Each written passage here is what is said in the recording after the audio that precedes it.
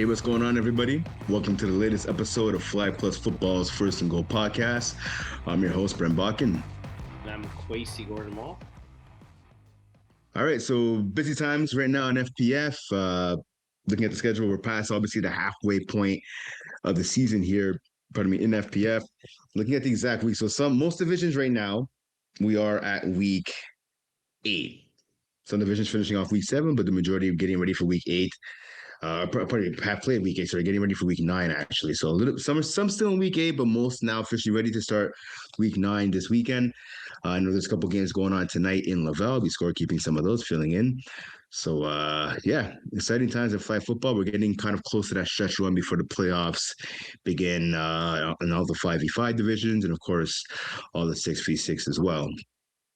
So Yeah, let's hop into things. So you want to start Division 6B? let's get to this. All right. So we got Division 6B here. Looking at the schedule, I know we talked about a couple of things last week. One game going on tonight is going to be Ballers against the Goblins. I think I should be scorekeeping that game tonight in Laval. Besides that, we had about 8 other games that took place this past week from last Saturday all the way to Monday night. What stood out to you?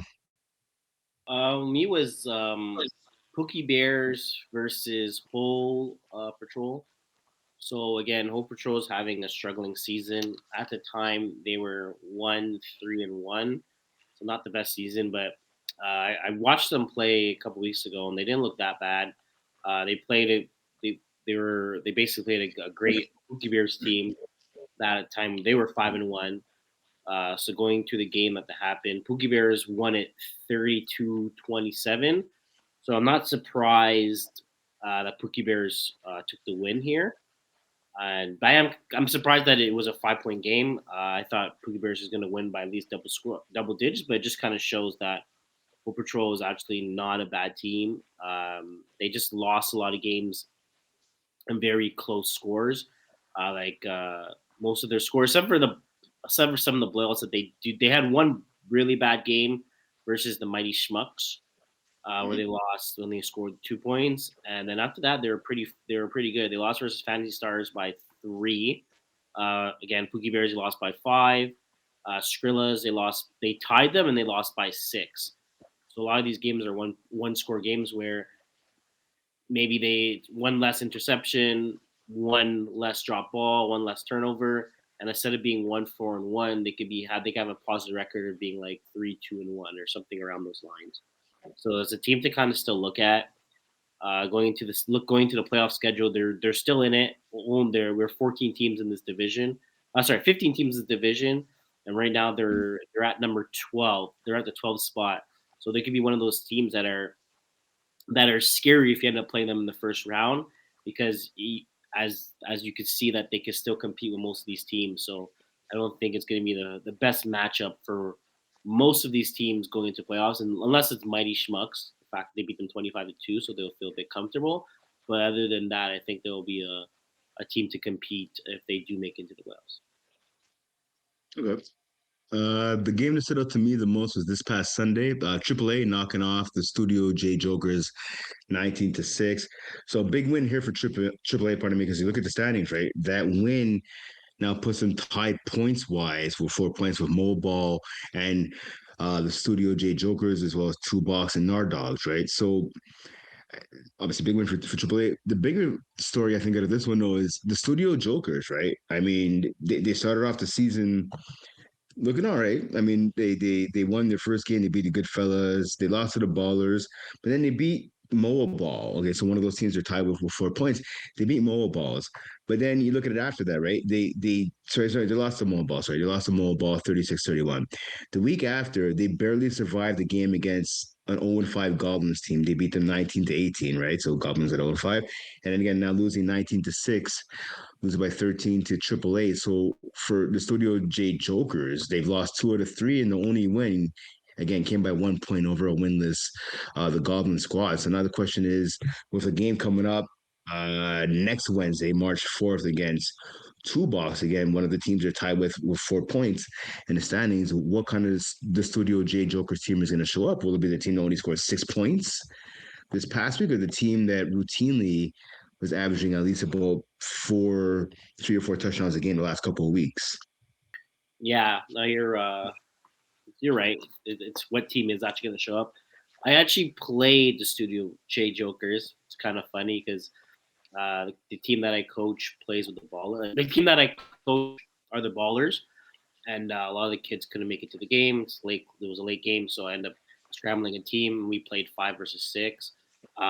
One issue that I saw with the Studio Jokers was there were pretty much a lot of new guys, Mm. and they're kind of just like going with the going with the flow.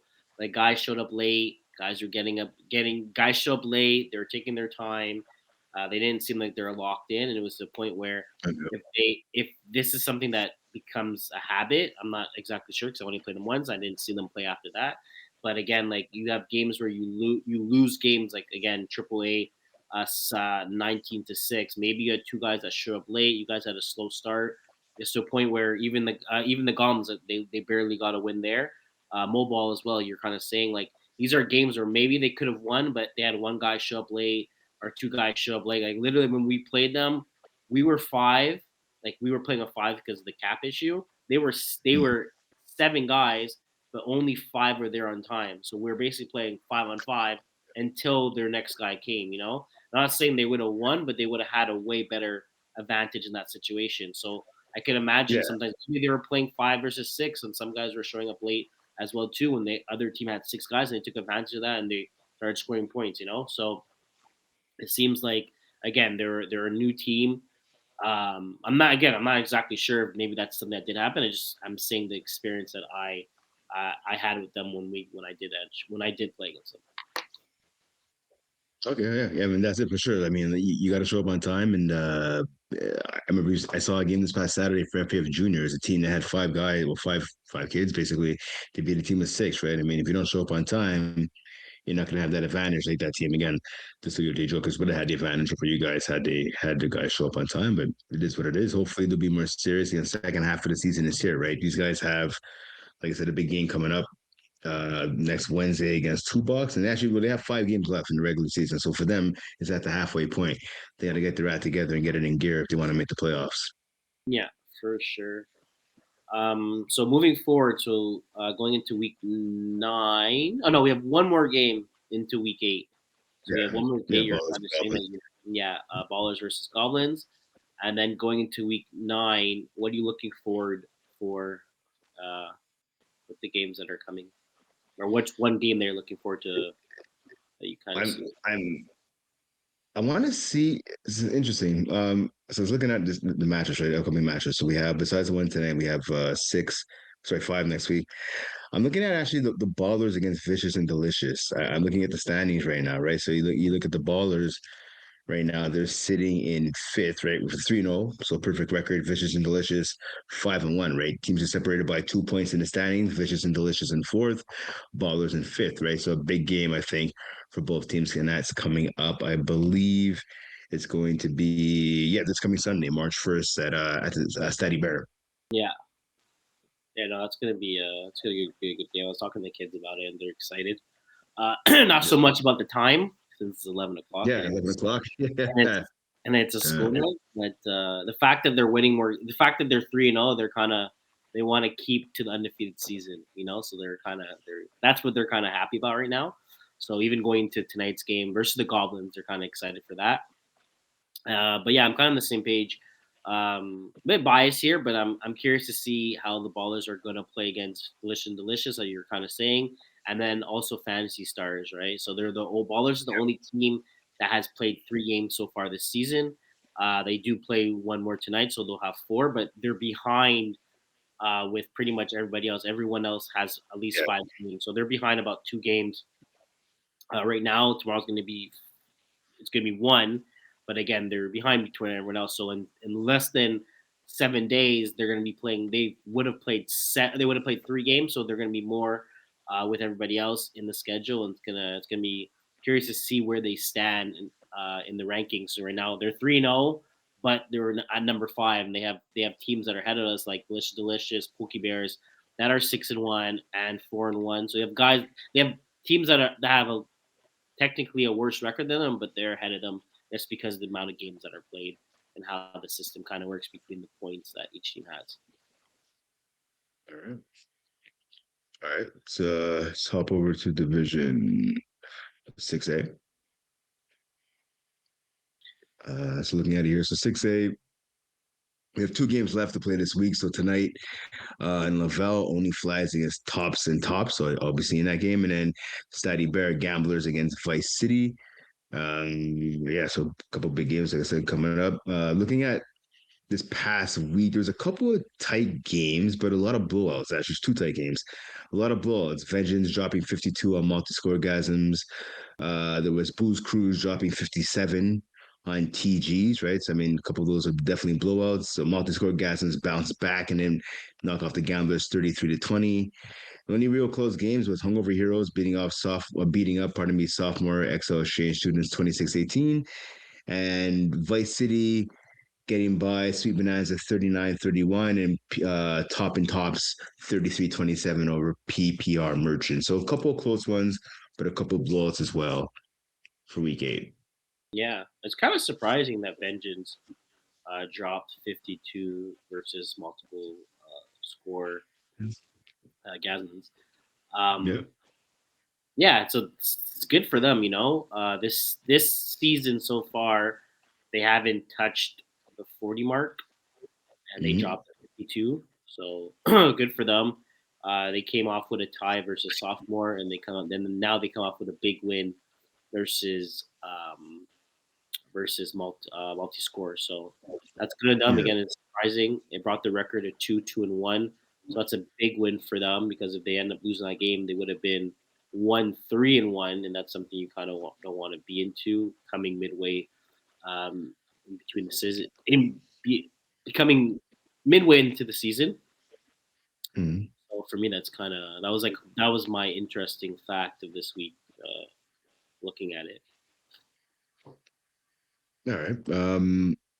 In terms of like the matchups you see this coming week, like what stands out? Okay, actually, sorry. I'll say one thing that stood out for me: that Boost Cruise again, that win 57-18. I want to give a shout out to Justin LaPlante.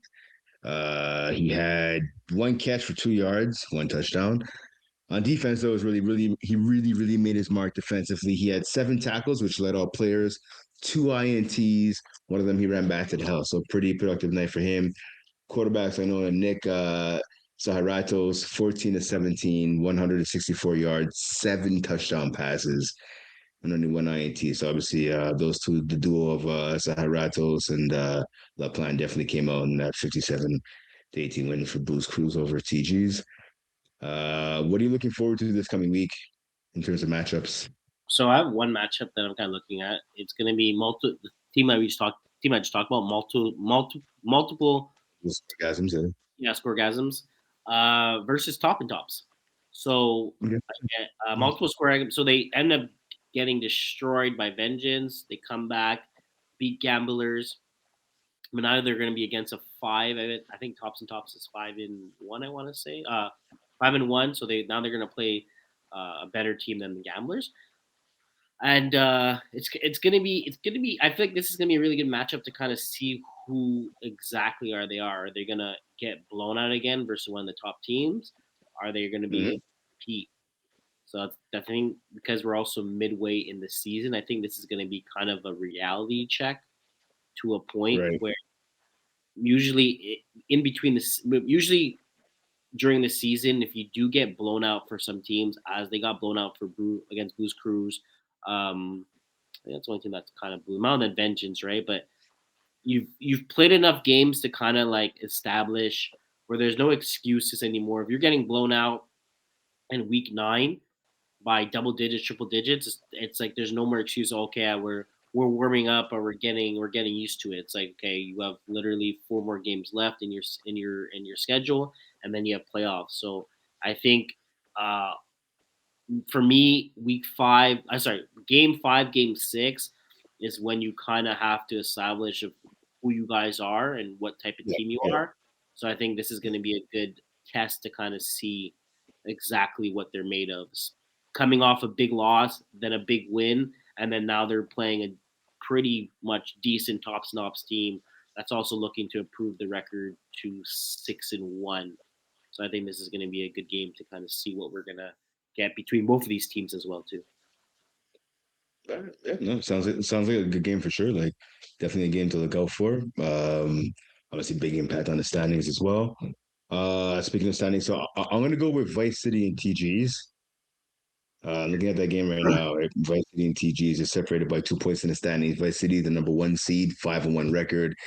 TG is the number 4 seed right now with a 4-2 record. They're tied for points with Wayne Palmal for third, right? So again, separated by 2 points in the standings, number 1 seed against the 4 seed. That matchup is coming up this Sunday, so March 1st at Chateauguay at 10 p.m. So that should be some must-watch football, I think, between again TGs and Vice City. Just something to kind of talk about this division before we move on to Division 5.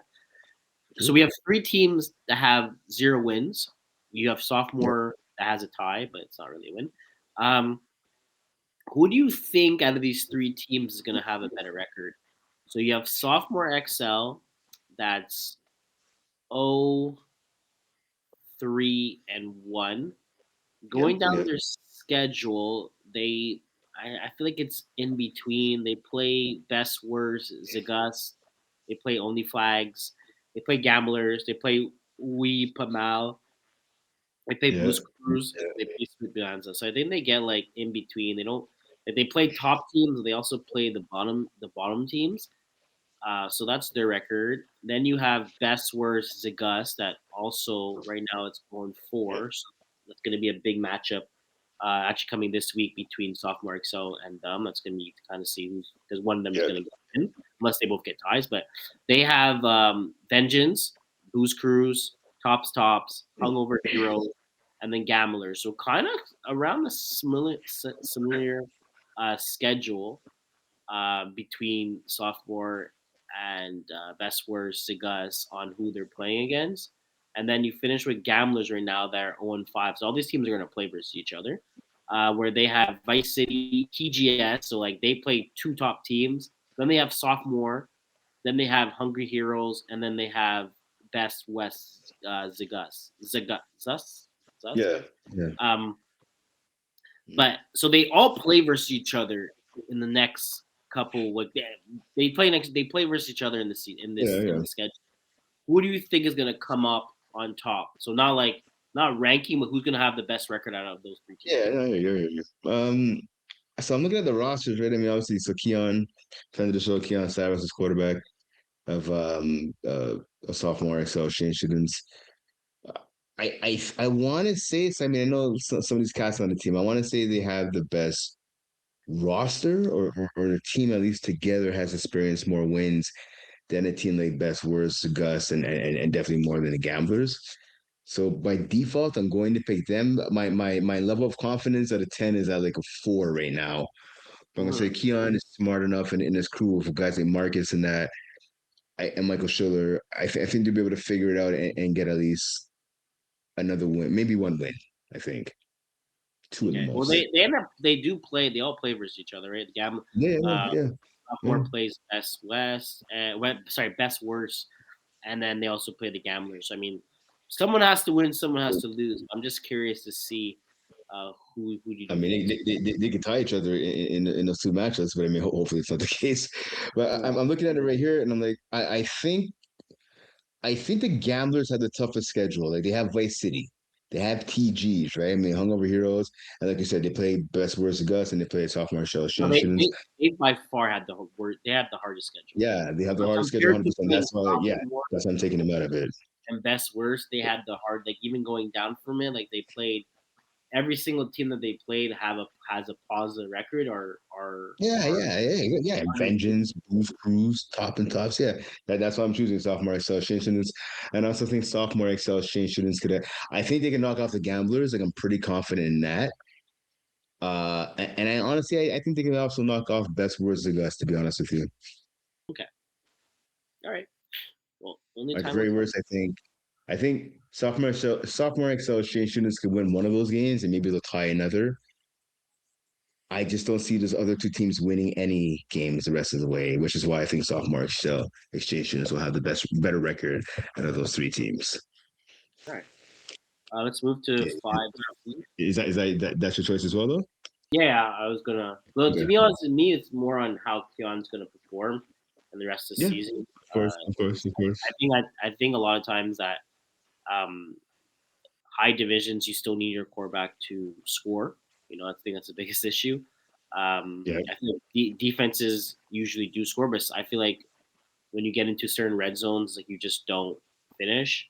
So I think that's like one of the biggest issues in like Division 5 and stuff like that. Unless it's like a big like bomb where it's a 40-yard bomb or like a like missed tackles, like we get touched like that. But I think the biggest issue a lot of teams have is when you're in the red zone. So I'm not saying that's the issue that sophomore Excel is having, but I feel like if it's a struggle that Keon is having, I mean, it's going to be a problem going forward. I'll be honest quickly before we jump. I know I talked to him last. I see him usually every Saturday, and he's the same right now. He's late on throws. That's his biggest thing. And that as a quarterback, right, especially as a new quarterback, that's gonna happen, right? You just need more reps and to be more confident in what you're seeing on the field and being able to pull the trigger, like to get the ball to your hand faster, right? I think there's some throws he says that he's dismissed, but he goes even the ones like that are falling complete. Most of his completions is just the fact that he's late on a throw or kind of second guessing himself. So again, more reps, he should get better. He's a smart guy. So, I mean, and he's really athletic. So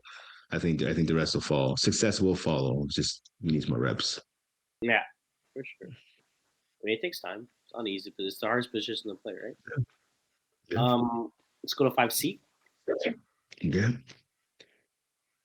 Yeah, 5C, we got two games left, both tonight. I think they're both at Stady Bear, actually, if I'm not mistaken. Yeah, they're both at Stady Bears. Deep Balls taking on the Studs, and Dixie Wreck taking on Legion of Goon. So that'll wrap up week 8. Week 9, not that many games. Week 9. Week 9, we only have 3. We got Shocker, Sans Pression, Bastion, Flag Dealers, and Takeoff Squad against Over Underachievers. Uh, couple of tight games, a little bit tighter here in this division that we saw in 6A. But what's it all to you? Five C. But me was Panthers versus Old Pats. So that was my game of the week. Yeah, yeah. Panthers, Old Pats came off a big win against Royal Flush. I was kind of curious to see what type of team they are, right? I think it's a veteran team as well too. Um, but they made it a close game, right? Panthers were coming into this. Panthers were 5-1. So I feel like they were confident coming in this game, but this was a 1 point. This was a one score game where it finished 26-25 for the Panthers. And funny thing, Panthers were up 18-0 in the first half, while Opats came back, and they end up scoring 25, pretty much unanswered. Then Panthers score, uh, converts good, and 25-25, they go into overtime. Panthers end up punching it in, and they win by 1. So to be honest with you, the fact that Old Pats scored 0 in the first half, scored 25 in the second half, meaning they're able to do it. They're able to score points. So I think that's a big confidence boost for them just in general. And the fact that if they had a better first half regarding scoring 0, so if they're able to score at least 6, 7, I know it's easier to kind of say this, and the fact that also when you're winning 18-0, maybe you don't like, not the fact that you kind of stop playing, but you feel a bit more comfortable. So that could have been also a Yeah, yeah. situation. But to be able to be able to go in to be able to bring this game to overtime and then lose by 1, I mean, it's not that it doesn't feel the greatest, but it could have been so much worse. So I feel like Opats is going to be a sneaky team. I think it's one of these teams where, like, you kind of look at them and then you don't expect much. And I feel like a lot of the divisions, 5C, it's a lot of young kids as well too. So they kind of look at like some of these guys from Opats. They're older guys, right? So you don't Yeah, expect yeah. much for them to do, and then you just get punched right in the face because your quarterback's struggling, or their defense, the calls they're making, they're just not over, like kind of overwhelming from what your quarterback's used to being able to do. Because there's certain things you have to run versus a young team to kind of just get the quarter off a bit, and then there's a lot of arguments in the huddles and like passing the ball or like do this, do that. Yeah. It just takes a little things like that to kind of get off the team off.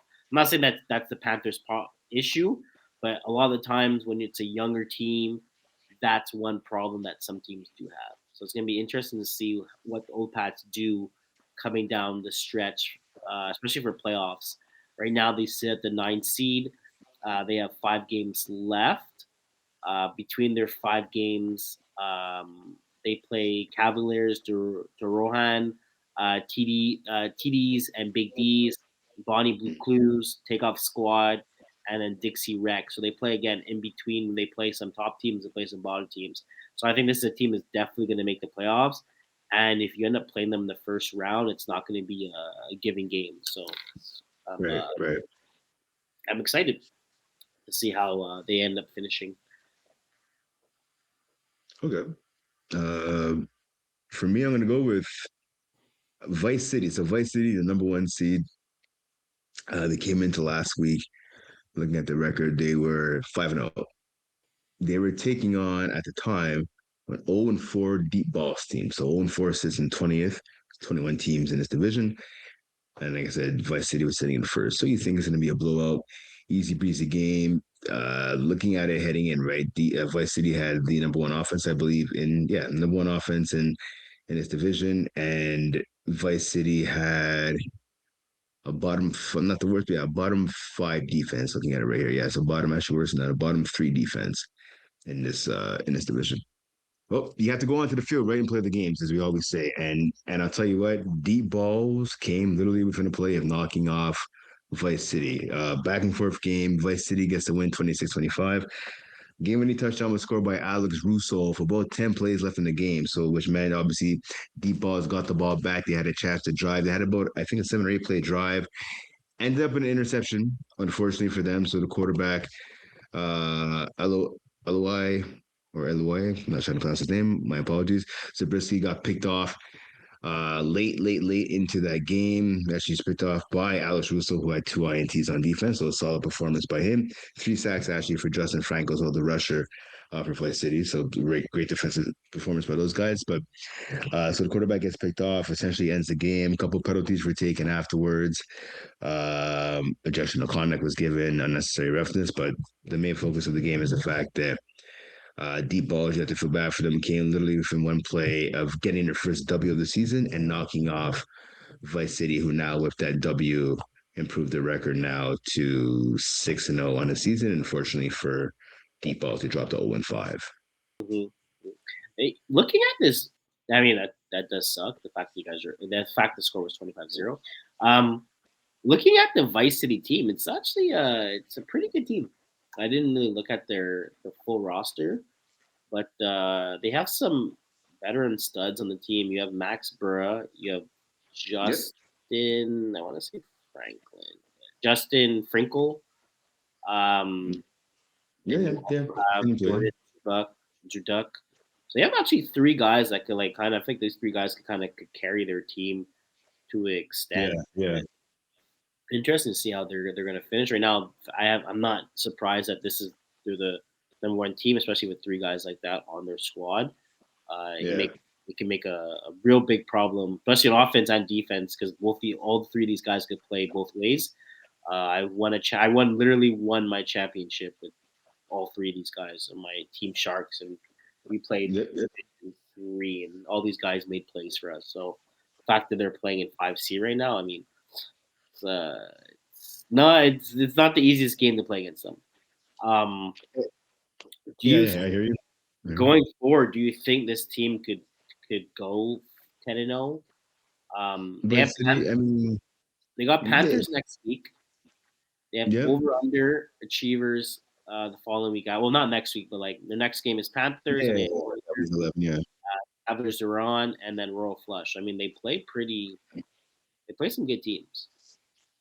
Yeah, I mean, again, as we just talked about, right? And any given day, I was going to say any given Sunday. That's not the case in FPF. Any given Sunday, Monday, Tuesday, Wednesday, Friday, whatever.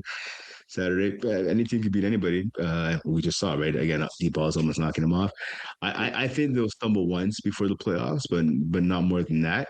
Hopefully, they'll be able to learn a lesson. Speaking of Vice City, right? Because I mean, and they came within a bad turnover being beaten, right? So I mean, looking at their next game for Vice City, they're back in action. They're off March this week. not March Vice 14th. City. March Yeah, 14th. yeah, so it's a while. Okay, yeah, exactly. So, yeah, like I said, against the Panthers. So there's some time to kind of get some things right. But I still do think they lose at least one game before we start the postseason.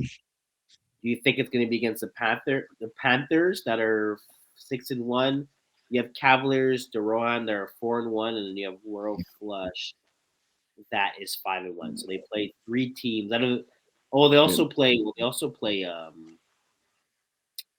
They play over over under under. teams, but Yeah, they're I mean, 0 and yeah, 5. So struggling a bit, but I'm gonna put those yeah, two. they're I struggling a think they bit. play three teams right now. Well, they're gonna be playing three teams right now that have only lost one game. So if you Yeah, had to choose one of these teams, what do you think is it's gonna knock it's it? it's gonna be Royal Flush, I think, with that smothering defense, right? The McLaren brothers. I think these guys, like whether it's Julian, Jelani, Jordan, they all know how to play, right? These guys, I mean, defensive wise, these guys like they're solid in coverage. They know what to do. They're smart. They can pass guys off in that. You know what I mean? So I think Kasim Major, good dude as well. Also an official now in the league. He's smart. He plays. Does he play both ways? Actually, I'm just double checking that now. Yeah, he plays. Yeah, he plays both ways. So he's another guy to bring some size and some veteran experience, right? So I think that's. I think they're gonna Vice City's gonna fall Royal Flush. pardon me, to Royal Royal Flush. Okay. Okay. So going to next. Well, this week coming up. What's something? Well, there's only three games left. What's kind of what Yeah. game are you kind of looking So at? the one game I was looking at, so two teams not separated by too much in the standings. Trying to bring it up here on my screen. Yeah, so it's Bastion against the Flag Dealers. So when I look at the standings right now, right, these teams. So Bastion right now has they're 2-4, right? They're in 15th right now, and so I'm just trying to find and Flag Dealers are 10th at 3-2. So it's 3-2 against 2-4, separated by 2 points in the standings, right? Flag Dealers are six, Bastion with four. Uh, I expect it to be a close affair, but that game is taking place this coming Sunday in Chattagee at 9 p.m. So I'm interested to see who gets the W there in that Mhm. contest. Yeah, we also have Shockers versus Sand Pressing. Both Yeah. these teams, one's 0-6, one's 0-4. So unless there's a tie, one of these teams are going to get their first win of the season. Yeah, it should be a good one too. I mean, I would say with San Pacheco, man, they have some athletes on that team. They need some consistency, especially at the quarterback position. Because I remember seeing these guys for the first time in the fall season. They have some studs. They got some brothers that can ball. They got a lot of speed. They got a lot of size in that team. They just got to kind of get that consistency, especially on both sides of the ball, but specifically on offense from the quarterback position. Mhm. Let's go to 5B. 5A. Yeah, 5A. No, 5B. Oh, no, 5A. Mhm. Sorry. Yeah, that'd be right. No, 5B. Yeah, okay, yeah, you're right. So, yeah, my apologies. Yeah, you're right. 5B. 5B, you're right. My apologies. No, sorry. All There's right. three divisions. I mean, I don't blame you. Yeah. Um, Yeah. so going to 5B, we kind of talked about the demons last time on the podcast. Yeah. And they're sorry, I'm just opening this up here. So, yeah, so we talked about the demons. They played McGill swim team. Um, they they won that game 32-14. Just Yeah. opening stats here. Yeah. Okay, yeah, sorry. So they played the McGill swim team. Um, from the start, Demons up 26 going to halftime and ended up 32-14. So pretty much Demons were in control the whole time. The quarterback we kind of talked about Ben Eglen Ran. I think Glenson or something. Yeah, Yeah, I can't. Glenson. I'm gonna bouch Yeah, your name. Glenson. Yeah, no worries. Anyways, so we kind of. I remember I was saying the average of him kind of breaking the record that he needed to do. I believe it was 65 yards per game. So he did 68 this game. So he's Mm-hmm. technically still on pace to have the record for pretty much all FPF or the rushing record. So that's also nice to see because it's like I'm always curious like when I kind of deep dive in some of these and records and stuff like that, and I see guys that are kind of close to doing it, and then it comes down to like week 8 and not week 8, but game 8, game 9 to see if they're going to break it or not. So the fact that he's Right. still on the pace is going to be interesting to see if he actually does it. I think he's going to do it, especially especially for the fact that many times he runs. I'm also very like it, I think last game, I think he threw for what 7 attempts for 3 touchdowns, something like really like insane. Like today, like this game was a bit different. He went 17 for 28, 139 yards, 5 TDs. Right. But it seems like he's playing pretty well. I feel like Miguel Swim team is a pretty good team. It's a veteran team, and this is like their third or fourth season. Um, their guys are good. I mean, they've a lot of their guys play in other divisions. We were talking about Keon, Vong, Van Slit, Mm-hmm. well too. He's a Yeah. quarterback.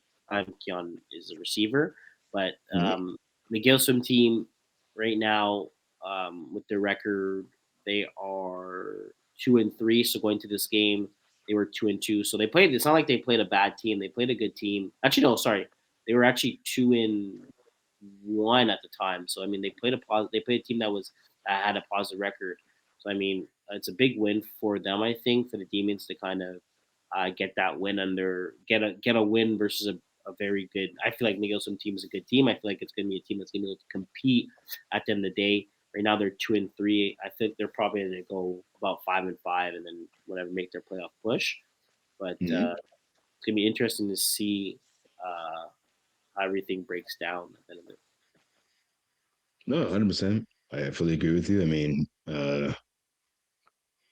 big games, right? Like we said, right? This is like, especially this time of the season, right? Like you have a lot of big games and that, and we're trying to see what happens now because what happens early in the season matters too. Don't get me wrong, but now at this point, like past the halfway point, everything matters, right? In terms of the playoffs, right? So especially heading into the playoffs, like, are you gonna be like kind of moving like all full speed ahead? Like everything you're firing on all cylinders, or are you gonna kind of be backing your way in there? Your defense is giving up too many points, your offense is not clicking, or whatever the case may be, right? Your restriction among teammates. Now you want to be kicking in all cylinders, right? So it's interesting to see in a lot of these games at this midway point of the season towards the finish line, if you will, tell us a lot, right, about where these teams are and what they're about. Yeah, especially like exactly you're kind of saying, every game starts to matter when you get into deeper into the season. Where Yeah, before it's like you're kind of just learning, everyone's getting a vibe off each other, but yeah, past the midway, it's kind of like buckle up and get your shit together. yeah, So shoot, teams hundred might not percent. realize that, but this is when you kind of have to start excelling and start start kind of clicking now. Like this is when you start clicking. Before the Yeah, beginning of the season, okay, you guys lose your first 2 games, or you lose two, win two, and then but at the end of the season, week 9, week 10, and week 11, week 12, that's when you want to start clicking because when you get into the playoffs, you want to be ready to go. there you go. All right, one game that stood out for me this past week. So at the time, it was a battle of undefeateds. It was Ben Don't Break taking on We Ain't Done with the 90s. Took place this past Saturday in Laval, where I'll be tonight. Ben Don't Break getting, I mean, you're undefeated. It shouldn't be a huge upset, but I mean, say a little bit of an upset victory over We Ain't Done with the 90s. Ben Don't Break winning 25-22. So congrats with young cats there on Ben Don't Break, winning the game, getting a tight one over Wayne Dumb in the 90s. Just looking at the play-by-play here for this one. Late touchdown. Yeah, by Ben Don't Break. So Ryan Quizno getting a late touchdown from Luke Morrow, 2-yard TD. But again, we ain't done with the 90s, had a lot of time to run something back. They ended up turning over the ball. Big third down sack Actually, no, sorry. They turned over the ball. So Jay had turned over the ball on fourth down. Ben no break got it back. They kind of just essentially ran off the clock. And that was pretty much it. So now with that loss, first of the year for we done with the 90s, their record drops to 4-1. Ben don't break now, moving to 6-0, tied with the Demons, who you talked about earlier, right? Both teams with 12 points, two of three undefeated teams. The other undefeated team is Emperor's Retrete, who sit at 4-0-1. So obviously points are on a premium right now, and two big ones for Ben don't break. Yeah, it's a big win for them. Fact that you establish you beat a good team like we ain't done with the '90s. Kind Yeah, of, I don't want to say that it's like it's maybe they thought they were better, and when they got into this game, they thought they're going to win anyways. I know sometimes that's a fact when you play versus teams, but just getting mm-hmm. that win under their belt, playing versus a tough team, and kind of getting that experience before playoffs start, because sometimes you kind of blow out teams, or you kind of and not yeah, you pretty much they've blown out every team they played. Yeah, yeah, Clifford Nets, Puff Pass, Chamonix Shoals, like they've won by double digits versus every team, and here's a game yeah, they ended by three. So you kind of want those close games now to happen, so you get used to it during the playoffs, because yeah, yeah, it's experience, right? You're trying to have as much experience as you possible, so you understand the feeling of being down by six, or only being up by six, or being up by three, or being able to close the game, or being able to make a stop. I think the biggest thing, I think the biggest issue with a lot of teams is that they don't have the experience. Like when you're a powerhouse team and you're just destroying teams, and you end up going 9-1. And the game that you did lose, it's because you, everything bad that could happen happened, and you're like, oh, are we fine? And then you end up playing versus a team where you guys are evenly matched and you can't pull away, but you also don't have that experience and understanding. Like, okay, this is the play that we have to make to win a game, or this is the play yeah. that we have to try to do to like just to make a basically to win the game. So I feel like a game like this is good for them to have. Yes, good for them that they did win this game, but again, experience, and we always talked about it when it comes to playoffs.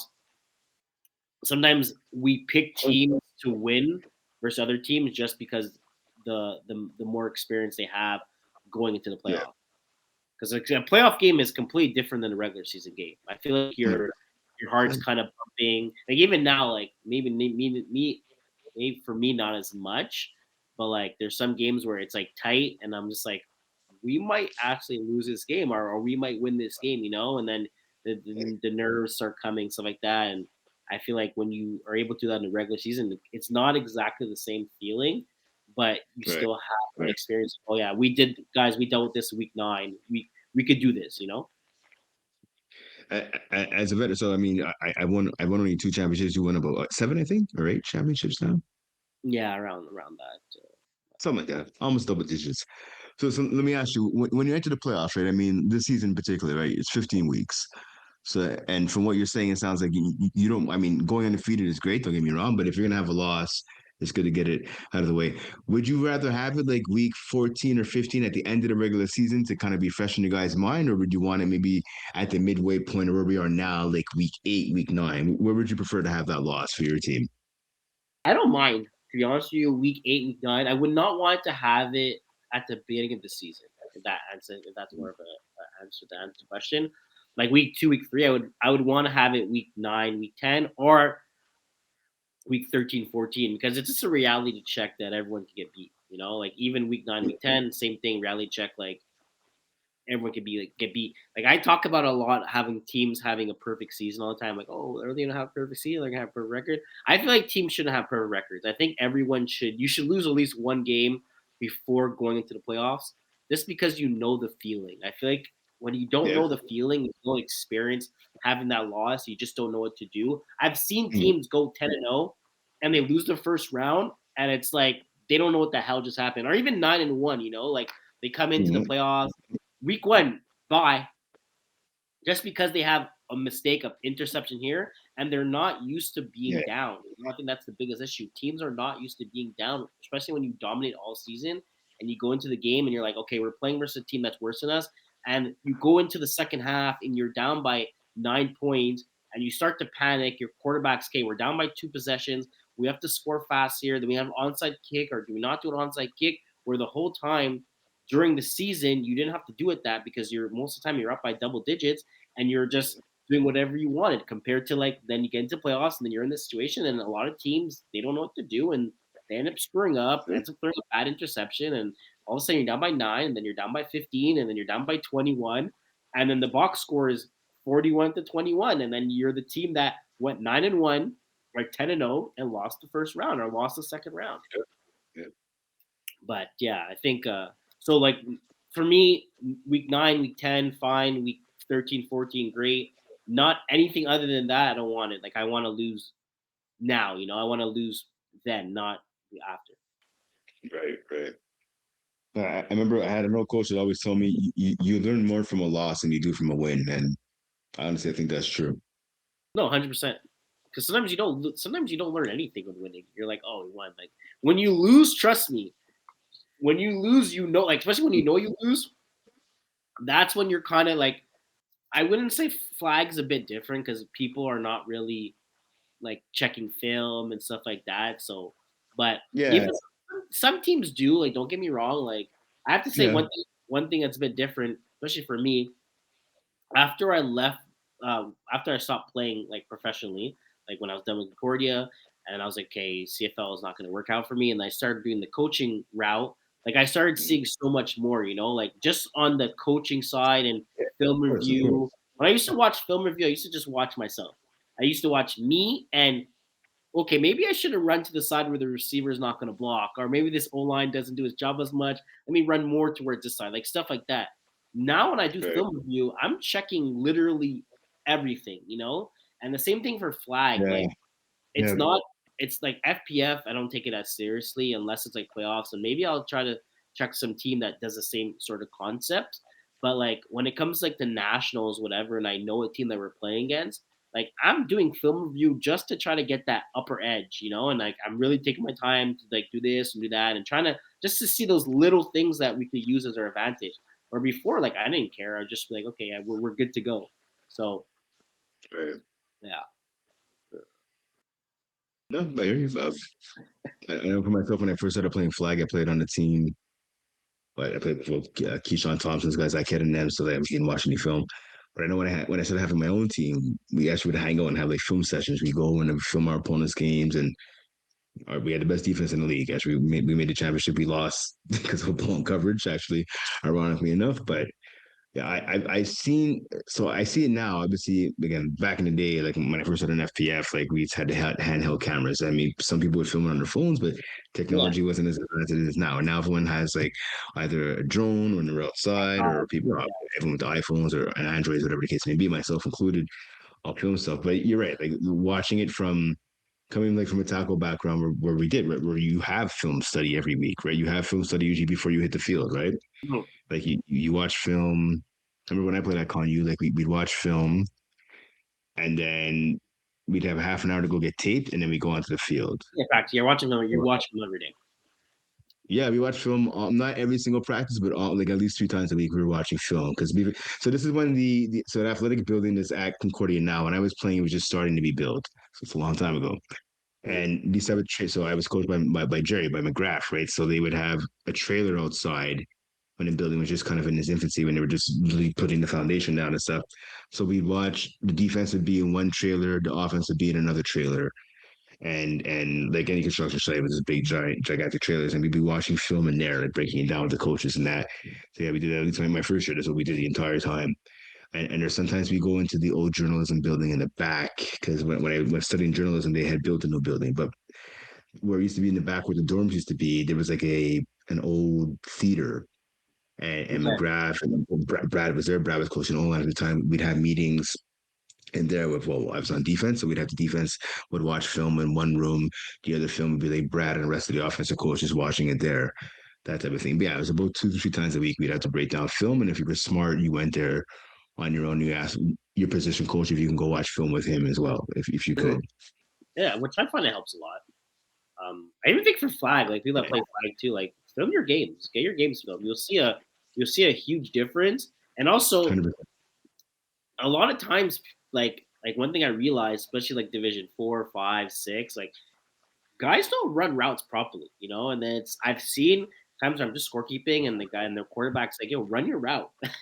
And it's like, oh, I did it, like, and it's like you kind of like you can be like, no, you didn't, and then it becomes an argument of you going back and forth. Yeah, But yeah, if you have yeah. it filmed, next day, trust me, the first thing the think quarterback's going look at the film, breaking it down, sending it to that player, and be like, yo, you didn't run your route properly. You kind of messed up here. You're not doing it properly. It's just also those little things, details as well that helps a lot when it's sometimes it's kind of hard because for defense when you make a call you don't want to you like let's just say I'm the guy that's making the call, right? When you're getting Mhm. it, you don't know what the call actually is unless you like write it down and then you kind of put it together. Okay, well, on play one we called 4-5, and play two, Sure. like again, that's also a lot of work. But in offense, you definitely can understand when certain concept routes that have to be run properly, and when they're not run Yeah. properly, it messes up your scheme. No, 100%. I mean, you can call whatever play you want. If the person's not running it how it's supposed to be run, you can beat people with athleticism. 100% you can, whether it's tackle, whether it's flag. But if the quarterback is expecting to be in a certain place at a certain time, you kind of got to be there. Same thing for defense, right? If you're playing, obviously the number system. If you call like 1-3-5, obviously both corners and the safety are dropping. If you call it 2-4, then it's the halfbacks dropping, whatever the case may be. That's simple. Anyone could do that. But if you're calling like a certain zone, a certain scheme, people got to shift over and pass off guys. Like you have to know where you're supposed to be Yeah, and if I exactly. know what, Yeah, yeah, no, exactly. When you start calling like 2-3 with a 4-5 switch, like that's when you have to start realizing who's doing what because you'll be surprised. Some people they do not move, and I've seen it before, and I yeah, literally corrected on film, and I'm just like, yo, why aren't you not moving? And it's like, oh, I thought I didn't have to move. I thought he was switching with me. Like, no, you're crossing over. He's coming under. You're coming over, and then you're getting to a certain zone, And it's like you could get those corrections now, and then you're good to go moving forward when during more like into the season or whatever type of structure or whatever you're doing in that content. no, 100%, 100%. And like you said, like watching film is important. Even like you talked about, right? Like quarterbacks watching the film, just receivers not in the right place. Even watching how your teammates, like as a quarterback, right, and you're experiencing this right now. Even watching how the way your players run routes. I mean, not everyone's going to be pristine at route running. It is what it is, right? But if you could see certain either hitches in the quarterback store, a certain way that people run, maybe they lean to a side, maybe they have their head forward too much, maybe they run too upright, right? I know, like as a former fullback, I remember seeing running backs like I could tell if they're running too high up, right? You have the Mm. ball here, right? You have the ball in your gut, but if you're running too high up, it's it's not going to be that great for you when you start going through the line of scrimmage and you start to get contact, right? Obviously, flat is no contact, but like there's little things, right? So watching film just to see little things, little intricacies of your own game and other people's game too, both sides of the ball, it's important to do that as well. 100%. Going back to 5B, just for the games that are coming up next. Um, so we have 1, 2, 3, 4, 5, 6, 7. We have 7 games. We ain't done with the 90s. Actually, have 2 games, so they're gonna catch up. Yeah, yeah, yep, yep. The game that I'm kind of looking at right now is Chambly Shows versus Les Mange de Bang. Okay, Both, okay.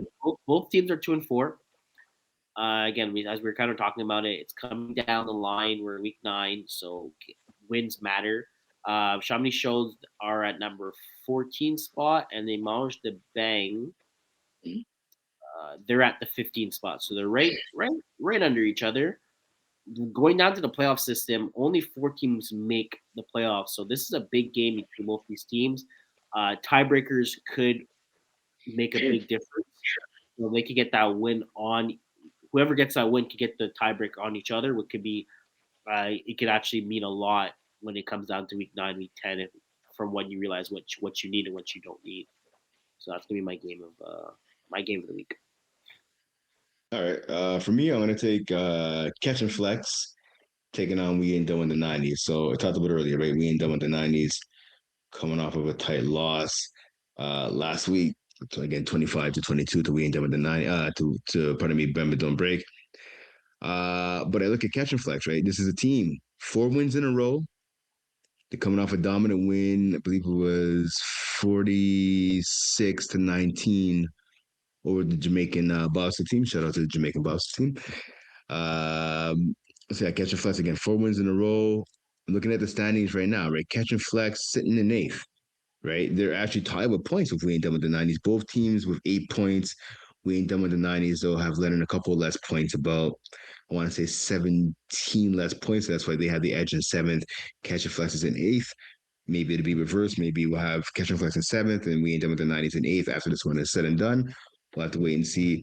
That matchup is taking place. It's going to be this coming Saturday, Bressard at 8 p.m. So it should be a good one. Mm-hmm. It's always nice when you see two of the top teams playing against each other. Let's go to. I said it's always nice to see two of the top teams playing versus each other. Yeah, for sure. Sometimes you don't get to see it, especially with a lot of teams in the division because there's 22 or 21. Sometimes you don't get to see. You don't get to see you don't get to see the top teams play into playoffs. Yeah. All right, let's go to 5A. It's officially now 5A. Yeah. My bad for before. Just looking at it here, the schedule, we got one game coming up tonight. And shot a game, actually. Deep balls against kicking assets. So that's taking place tonight at 9:15. The action for week 9 kicks off Saturday. So we have a lot of games actually Saturday.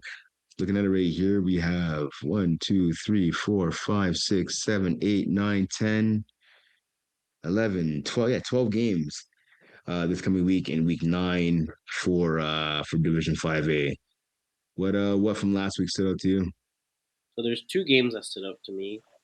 Yep. Number one is going to be Thunder Buddies that played Veer Lennox. Thunder Buddies were 28-25. We actually got to see a highlight of that game. We had Terry. Babalis. Yeah, Balal's back at quarterback. Yep. And then I'm pretty sure, I don't want to, right, so I'm just looking at the stats here. So we had, I want to say Simon Valkit played quarterback the last game. I believe he played snapper this game here, but he ended up making a one-handed catch. We actually have it filmed on the highlights for the Shaggy highlights. And then Will Power is literally like his reaction's like crazy. He's like, how did you make that catch? And it's like he does like it's a quick out, but the ball's thrown outside. He extends his arm, catches it, brings it in, falls down. I'm not sure if it was a touchdown. It's kind of hard to see, but it was a big catch. It was a nice catch to see, and just the reaction from Will Power. Nice. It was something. But yeah, so they played Veer Lennox. They ended up winning that game 25-28. It gave Veer Lennox their first loss of the season. So one other team that's not going to be undefeated. And Thunder Buddies, they moved to 6-0. So good job for them. 4 more games until you have undefeated season. Right now they're playing well. It doesn't matter who's at quarterback. It seems like even if Terry goes down, they're going to have a backup for it. And then I want to talk about Code Red. So yeah, I was gonna talk about them. They told me to talk. They told me to tell you. But all right, go on.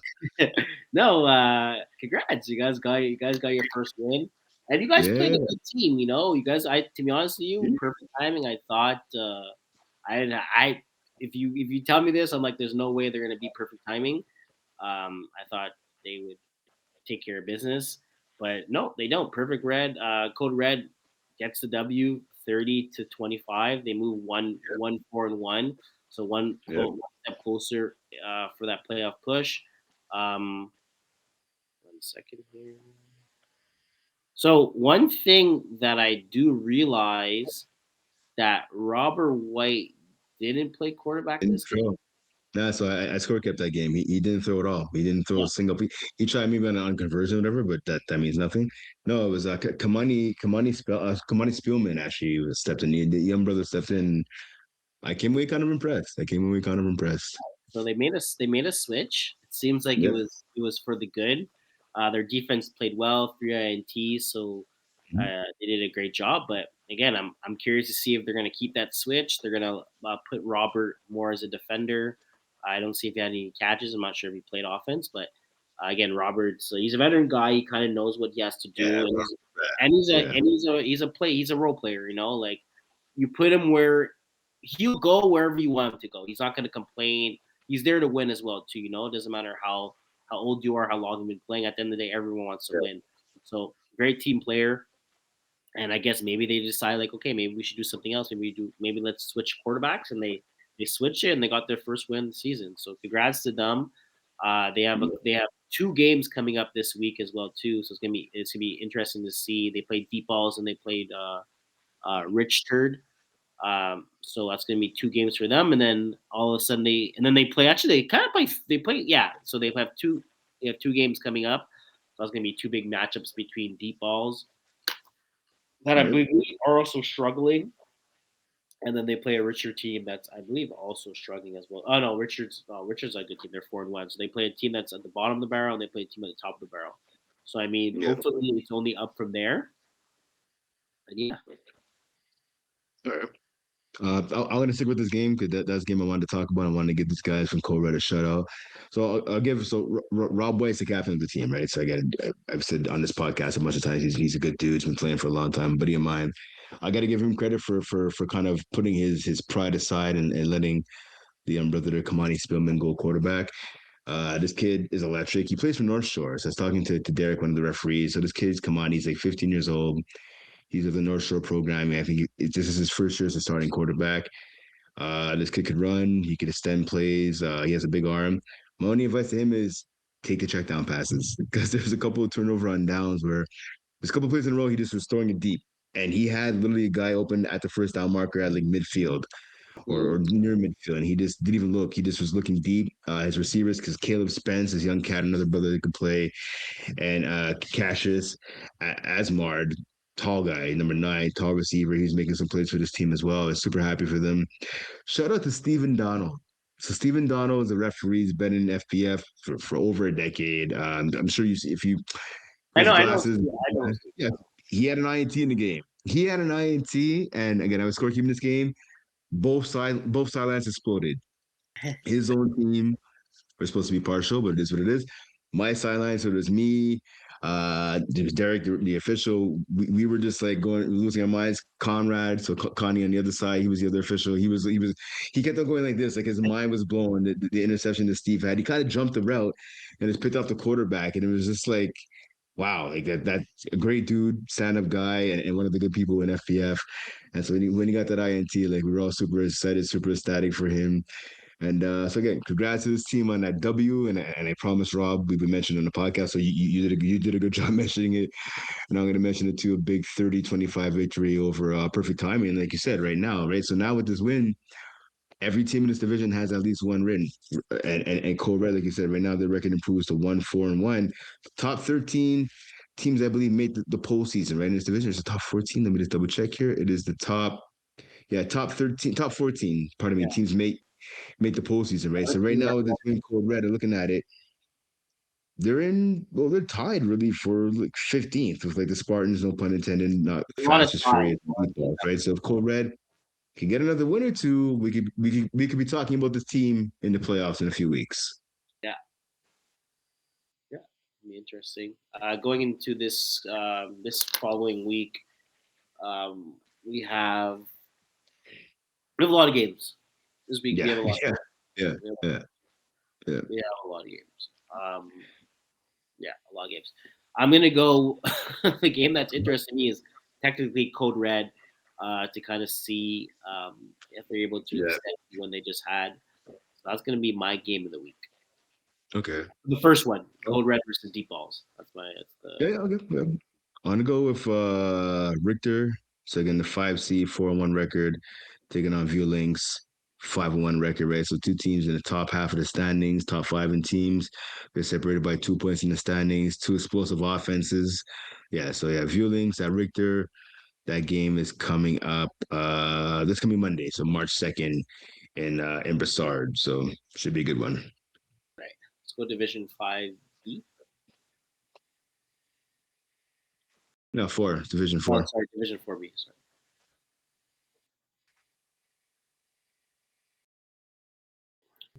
Those days.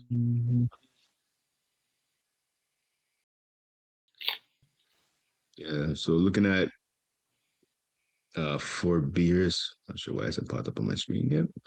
Yeah, it's taking a while to load. Let me Yeah. see. I feel like the one where we both had this awkward silence. I was like, yeah, like okay,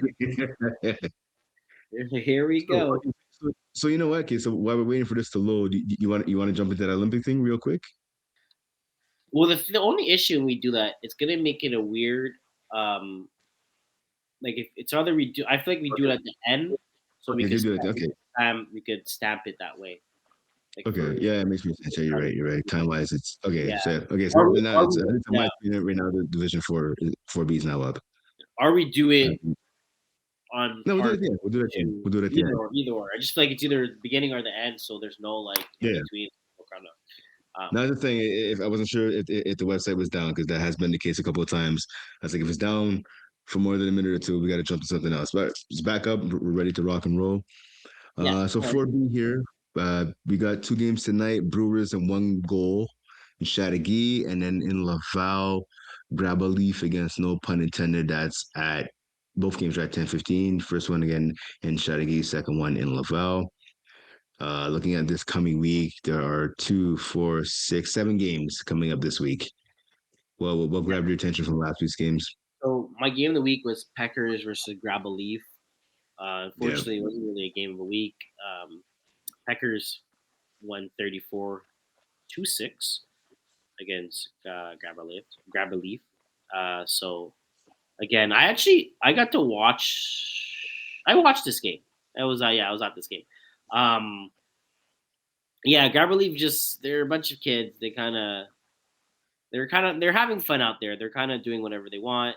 They're struggling on the offensive side. They're kind of it's like it's like when you first come into FPF and you just have a bunch of athletes, you don't have a true quarterback, so it becomes a big issue, and it's like yep, overthrown balls. Okay, let's try to do read options, like just trying to like they're having fun, but it's 4B. You can't. There's not that many bad teams where you're able to do that. So yeah, they're kind of doing that, and then I was kind of confused why Trey Bentley didn't go as quarterback because yeah. Same. he is a He is quarterback. a former So quarterback. Yeah. yeah, so I'm saying he played that position. He's way better than Dondre for Forcer.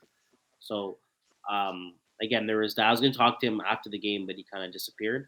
Um, And then Packers were pretty much comfortable doing whatever they want. They did a lot of drags, a lot of corner routes where Gabaleaf just blown coverages, guys kind of doing too much. Man wasn't working. It was a point where they had a zone. One guy didn't go deep. He was looking at the quarterback. Ball got thrown, and then you have guys saying, "Yo, my bad, my bad." But like after the second, third time, it's like it's like one of those seasons. Like I kind of understand how they are because when you don't have a veteran player either, and you just have a bunch of kids, it's kind of like a free for all to a point where you don't have someone to kind of just like, okay, yo, we're doing this. This is the call. Do your job. We're doing this. It's kind of like a lot of guys just not arguing at all. I think they're all fine, but just kind of like a free for all. That's what I kind of look like. And then Packers really took advantage of that, and then they're just kind of having fun with it. So this game was filmed too, so there is some highlights of it, but yeah, Okay, put that out. I was gonna look at that game too. 'Cause I'm like, I know some of these guys, right? So, and Trey Bentley, former receiver slash quarterback at Champlain, Anthony Lightfoot, right? So, good linebacker. I think he's been with the Ravens last couple of years now. Tristan Oh, Reed, former so- Champlain. sorry. I realized. So they had So, Darius Reed. He's actually the quarterback that usually plays, but yeah, he was in Florida at the right, yeah, He so wasn't there, but he missed that your game. point still makes sense, right? Like Trey's played enough quarterback. Yeah, to And make that. you should be better than that. Like even Shamar Parkins, I don't know if you know who he is. He's played Champlain. He got a scholarship to Mount House, and he's been a really good running back. Like a couple years ago, he's been gone now. Jaden Edgehill, obviously Jawan's one of his younger brothers, solid receiver. He's been around FPF last couple years. I'm surprised. Like am I surprised that they lost to a veteran team in Packers? No, but I'm surprised it was 34-6, right? Like that doesn't make any sense, but it is what it is. Uh, yeah, so that's a big loss right there. Hopefully, the team, hopefully, Grab Leaf will be able to bounce back. For me, one game I was looking at was no flags given against the Brewers. Shout out to Peas. Not a great game for him at quarterback. He had four INTs, two of them ran back to the house by the no flags given defense. That was courtesy of Ty Middleton and Kyle Daniel. Um, Tyler Stewart, 10 of 12, 159 yards, five touchdown passes, right? If you turn the ball over that many times and the team turns that into touchdowns, your chances of winning are pretty slim. And that's what happened to the Brewers. Mm-hmm. Yeah, that makes sense. Good stats from Kyler too. When he has to throw when you only have to throw 10 balls, and out of the 10 of them, most of them are touchdowns. Yeah, exactly. Exactly. It's a good Exactly. day, guys. Going There into you go. week 9 for the games that we kind of see, what's a game that's kind of standing out for you?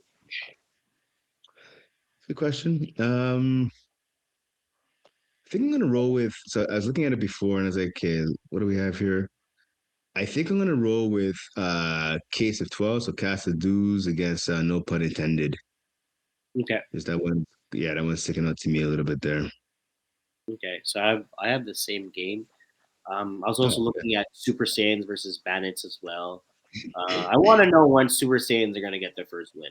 Right now they're on right, 5. right. They lost versus Brewers, where it was like that was your game to win. But I feel like a team like this, I feel like every game is a game for them to win because I just feel like they're not playing up to how they should be playing. So I'm just curious to know when your first win is going to be, or are you going to get your first win? All right, well, we'll have to wait and see. Again, Super Saiyans, like I said, Bandits in Brassard this coming Saturday, so we'll see what happens with that. Yeah.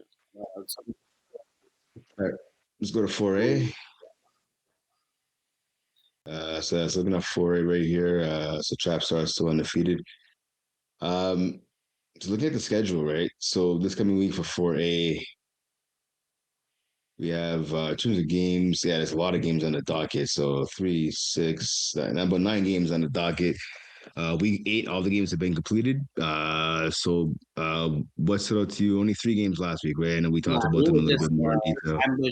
ambush versus Dak to the Future. Ambush gets Okay. their a big win. They play great. I kind of saw them across the field, so they get a good win there. Playing the record to 3-20, 3-1, 3-1. Mhm. So pretty much good win for them. They put Dak to the Future. They moved to they moved to 2-2. So good win for Ambush.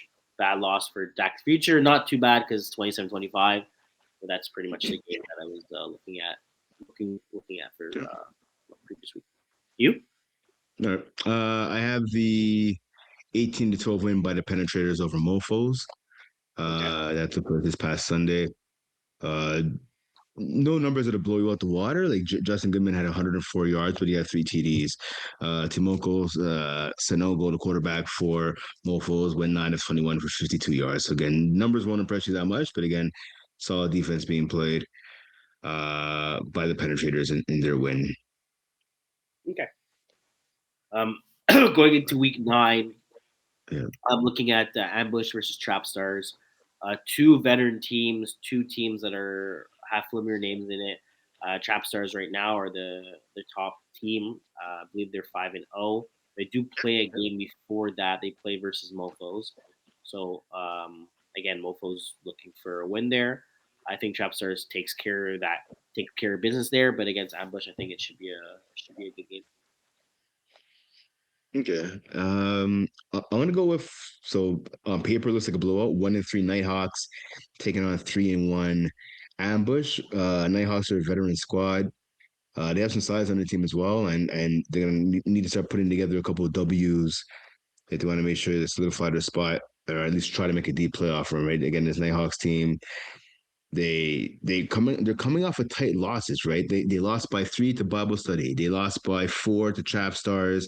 They lost by 10, so a little bit of a bigger margin to the Black Vipers. So now Nighthawks have had some time off. So actually, Nighthawks are playing Rick and Marty on Sunday, and then on Tuesday they're playing Ambush. So a good test against Rick and Marty. Maybe they can learn something from that game and then apply it to their game against Ambush again this Tuesday night in Chattagate. All right. Let's go to Division 3. You good for Division 3? All right. Stop over to D3 here. So I already know the game I'm going to talk about. I didn't scorekeep it, but I was on the field next door. I was talking to a buddy of mine, but we'll get to that after. So pardon me, I was going to say week 6 here. Week 8 here is going to be wrapped up tonight in Laval as Eastway against Caroline. So big game tonight in Laval at 10:15. Pardon me. Are you in Um, Laval tonight? sorry, yeah, I'm on the website. Yeah, No, are you in Laval tonight? Are you scorekeeping yeah, I'm Laval? in Laval. Yeah, I'm in Laval tonight. Yeah. Yeah, So yeah, hopefully, yeah, if you see the players from Caroline, you can ask them who Caroline is. yeah. Okay, sure. Remember we were talking about it. It's Caroline. There's a picture of like a female, so I'm curious to see. Yeah, of a girl, of a lady. Yeah, yeah. Right. Yeah. I got you. No worries. Um. Yeah.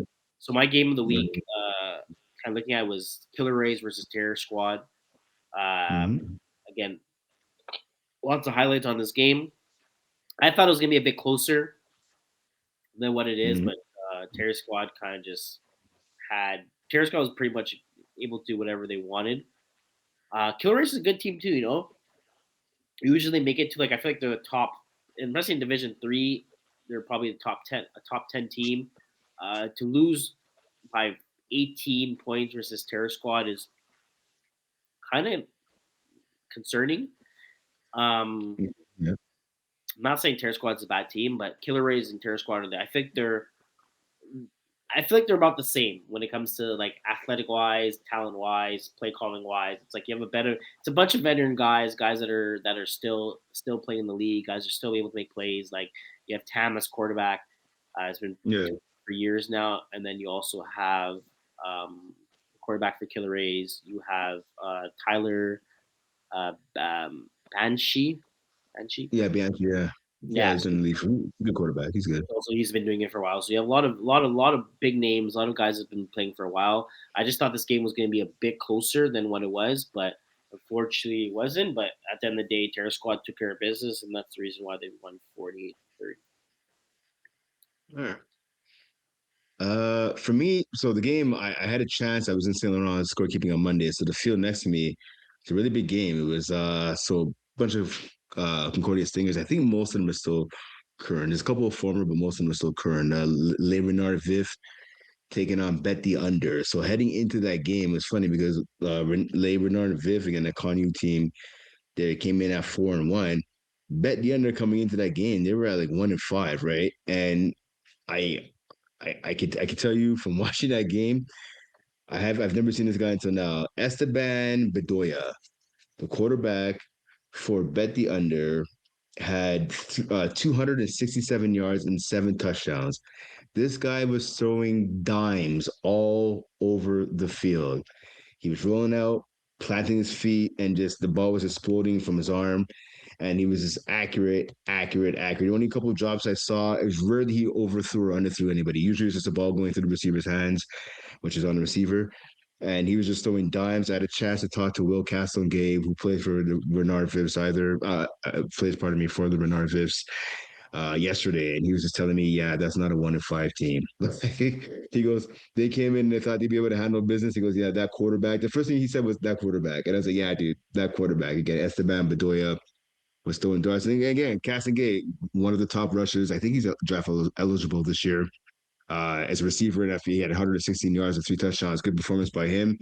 And he provided some pressure, but this guy was just rolling out and getting past Cassagay, one of the leading sack artists in the RSAQ and all university football. And this quarterback was just throwing dimes.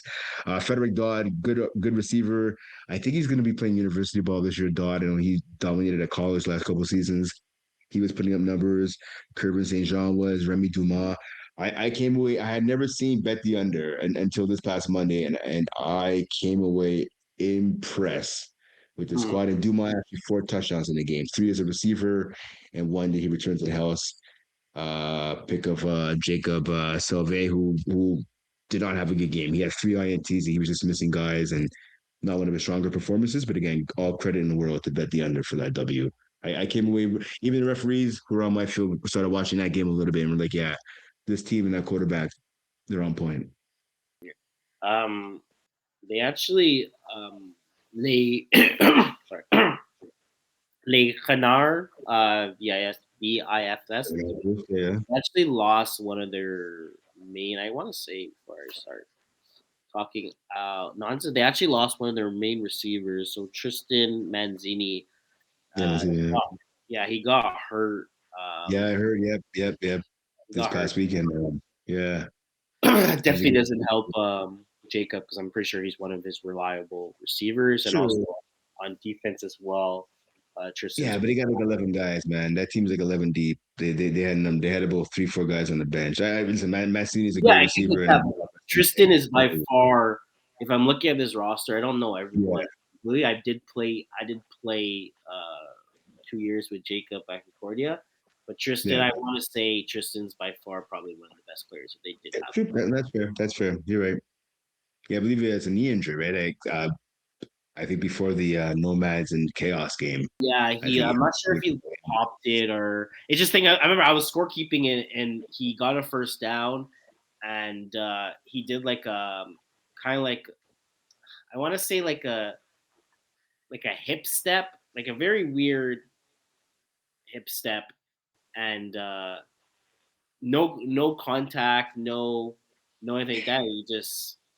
Oof, he just fell down by himself. Non-contact injury, which you hate to Yeah, see. Those are the worst because you rather at least you know if someone hits you, you're like, okay, maybe there's a contact, like. But when that happens with no contact, you know it's yeah, bad. So yeah, hopefully yeah. I again, heard it's in a knee, but I yeah, it mean, was hopefully, definitely his knee. yeah, Ambulance came, all that. Hopefully he has a speedy yeah, recovery. He's yeah. he's a player that actually has knee injuries in the past. So again, sucks, but he's been going through it. So hopefully he's able to heal up and get better. Yeah, I know he's one of the coaches too at Champlain, and he took over last year. I think he was, coaches the receivers. I think he might have been the OC as well. I can't remember. I remember seeing him at a couple of the practices as well. We chop it up. He's a good dude. Yeah. Yeah, speedy recovery for him, man. Going into this week, so we have billion games as well. I think we have Yeah, yeah. 6, 9, 15. I have Win Diesel versus BB Beer Bell. Serious. So Same, again, okay. two top Okay. teams. Win Diesel's been struggling a bit this season. Beer Yeah. Belly's pretty constant with their rosters. They kind of have their guys all showing up, so it's also nice to see. They added on Marc Andre Lapointe, so that's a big add-on for them going into the season. He's a guy that's not going to Yeah. miss any games either. He's going to be at every single game. So Exactly. Yeah. that's a plan for there. 100%. Win Diesel, 4-2. I wanted to say at 4-2, so they lost. They lost third day. I think one game, I guess it was forfeit, and then they lost versus Eastway. So Yeah. they're back this week after 2 weeks off. Um, and yeah, it's gonna be interesting to see these two teams play versus each other. All right. So I'm gonna stick with Bear Belly Brigade, but I'm gonna take their matchup. They're taking on the Ball Hawks. That's gonna be on March 2nd, I believe. Let me just double check. Yeah, it's gonna be March 2nd, which is Monday in Brassard. Yeah, so two teams again, Beer Belly Brigade, a lot of veteran experience. So my main man Richie Mondesir. So usually Richie is. I thought he was pretty sure he's still the captain of Ball Hawks. I'm not sure the guy.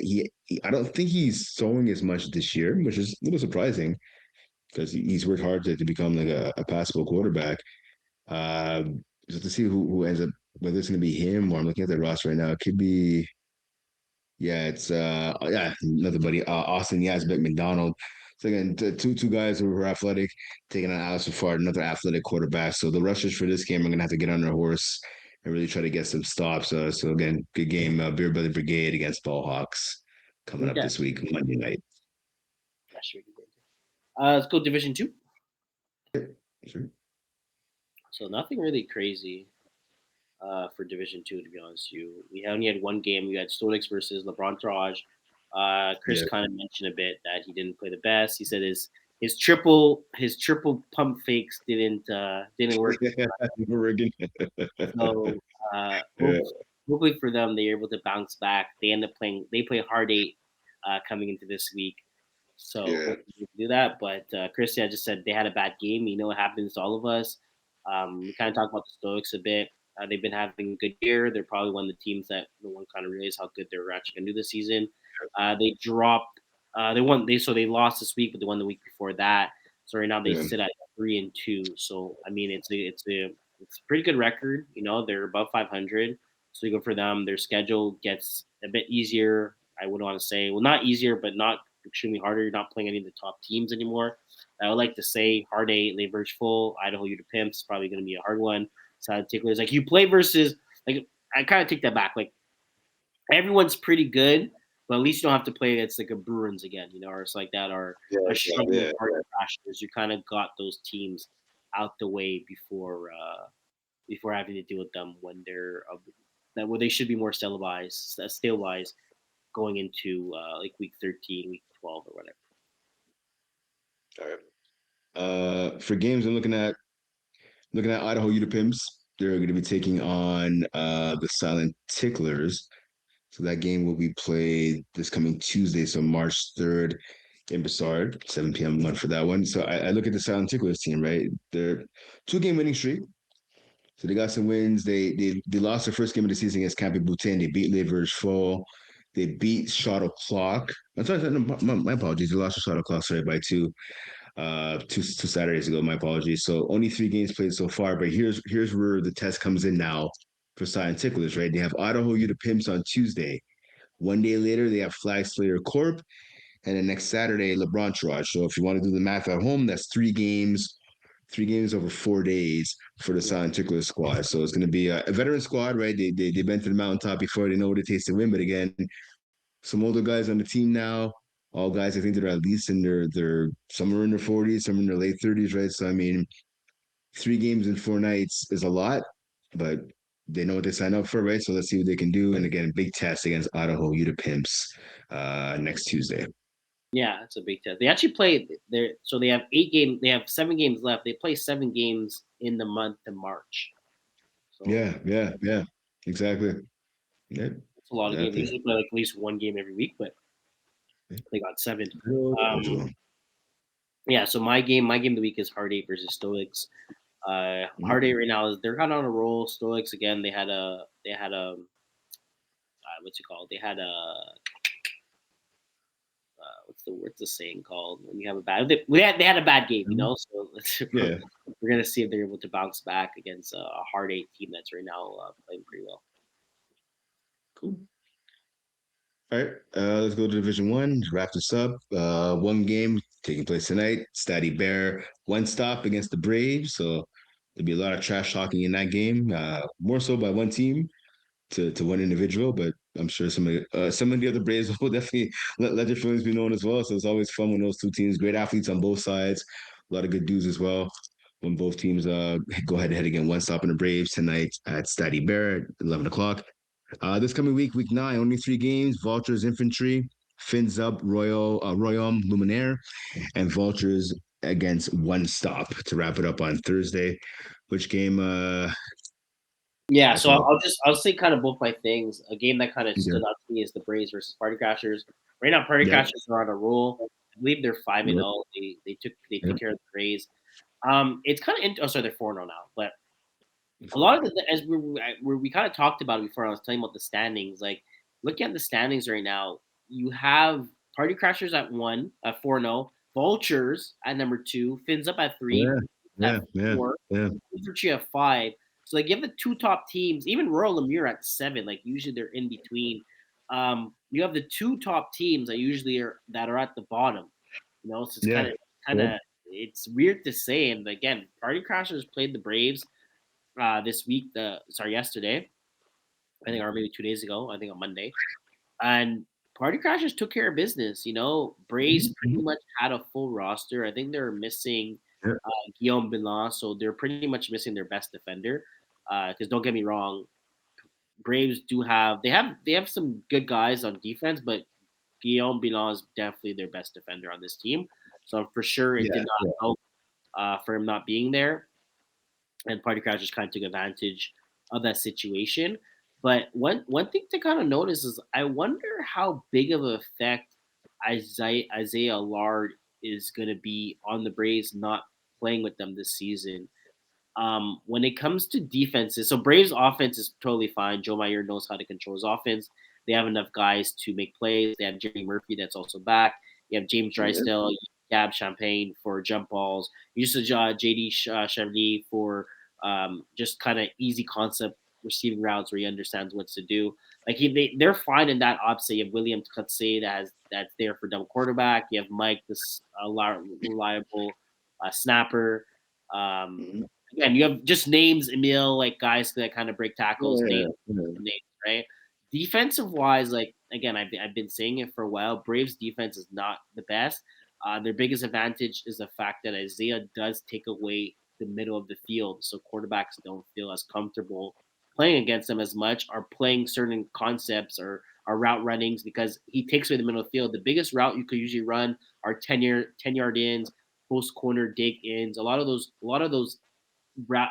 big play routes where when you had Isaiah rushing, you weren't able quarterbacks weren't able to see the quarterbacks were able to see front quarterbacks were able to see the middle of the field because you just take it away. Yeah.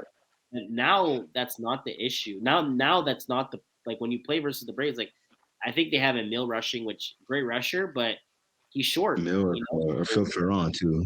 I mean, yeah, he exactly. rushes. But again, you don't have that giant of a tree. You know, Isaiah's tall, he's long. He takes Yeah. away middle of the field, which is huge. You Yep. know, 6'6", not as much. 5'5" is a huge factor. But it's gonna be curious. It's gonna be. I'm curious to see how it's gonna look going into the rest of the season to see how big of a difference that's gonna be moving forward with the Braves not having Isaiah rushing for them for this season. Sure. No, I hear you 100%. 100%. I mean, it's an adjustment period, right? I mean, Allard, I mean, listen, obviously playing the best of the best quarterbacks, not to get that many sacks, but his ability to put his arms in the passing lane, his hands in the passing lane, and disrupt passes and disrupt timing, right? That's huge. And I feel for Ron, listen, he's going to be on Team Canada as a rusher most likely, right? I mean, he's a phenomenal player, smart, one of the smartest guys in all of FPF, but it's different between having him or a guy like Emile Chadover, right? Probably one of the fastest players, but lacks the length, right? That Isaiah has. I think everyone actually lacks the length that Isaiah has in terms of Yeah. rushing, or maybe like Michael Schrimmer.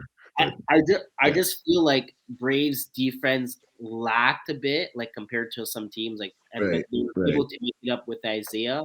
So It's maybe it's true. taking them time to kind of adjust and realize like teams are going to be able to attack you in the middle, where before teams didn't do it as much because Isaiah was in the way. Yeah, I hear you. All right. For me, the one that stands out part of me is ECW getting their first W of the season, 50-46 over Fins Up. So obviously that game was a shootout. Jeremy White 7 touchdown passes, Will Power 6 touchdown passes in that game. Again, both teams came to play. Donjay Borden 2 INTs, one he returned to the house in that one. Close game, of course, going down to the wire, as you would expect, right? In Division One, usually, at least that's what the case is. Looking at the play-by-play here, again, tight game, 4-point win by EZW. So yeah, Laurence Gervais. So Jeremy Way threw a touchdown pass, a 21-yard touchdown pass, pretty much to win the game in that contest to Etienne Laurent Gervais. So congrats again to them on their first W of the season. And what this win does now, right, is all 8 teams make the playoffs. But what this win does now, looking at the standings for ECW, is they're 1 point behind now Royaume Luminaire and One Stop will both have 3 wins, right? 3 points.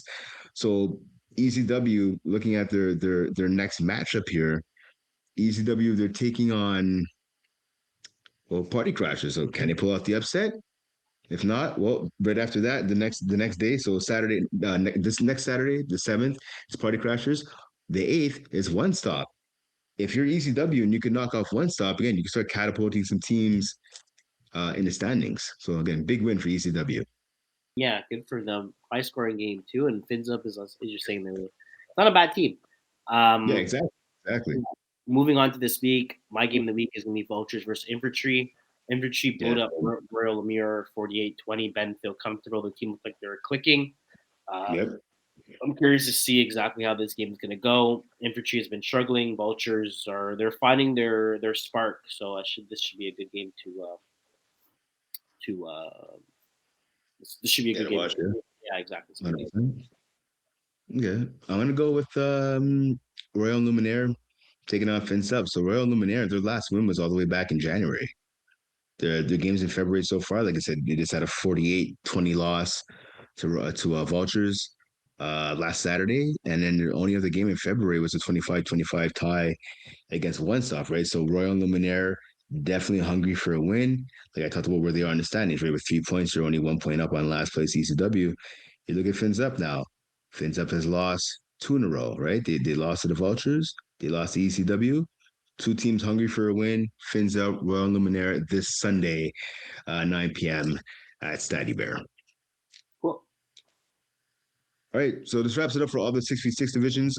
Something cool we wanted to do, a little bit of a change in the podcast. So obviously the Winter Olympics in Milan, they just wrapped up last week. Congrats to Canada winning a ton of medals. Congrats to the world. If you're a fan of sports, I mean, you got to see the Winter Olympics. I'm always a huge fan of watching the Olympics. Gotta respect all the Olympians, whether you finish first on the podium or you're dead last. The fact that you made the Olympics should be something that's celebrated. I know obviously we're all looking forward to 2028 with the Summer Games in LA. Going to see a lot of players from FPF taking part in that, both on the women's and men's side. So we're all geared up for that one. But one thing we wanted to do this week is we look at the landscape of FPF, right? There's tons of athletes, and not just football players, right? There's soccer players, there's basketball players, there's gymnasts, there's players from a ton of different sports, soccer players, right? Players from tons of different sports. So Quaysie, I wanted to do quickly here is be like, okay, let's okay. Okay. You say that? Okay, so what we're gonna do, so for the next episode, what we want to do is we want to name four players from FPF, four females and four guys that we think could be in the Olympics. So a little rule we made is okay, you can't be more than one Division One player, either women's one or men's Division One. And we can only pick Winter Olympics. So we can't pick someone for basketball. We can't pick someone for, I don't know, like softball or something, or soccer, right? Has to be a Winter Olympic sport. So hockey, speed skating, snowboarding, bobsled, Nordic track, anything. Any type of skiing, any type of snow, any type of winter sports, you're allowed. So we're gonna review our list on the second episode that's coming up here. So make sure to tune into the second episode. This has been the first episode. We did all the 6v6 divisions. Again, episode coming up number 2. We have all the co-ed. We got the women's. We got all the 5v5 locked in here for you. So don't go anywhere. Make sure you tune in for that one. Thanks for tuning into this episode. I'm Brent. It's Quaysie. And we will see you next episode. Peace. Peace. Put the place up. Yeah,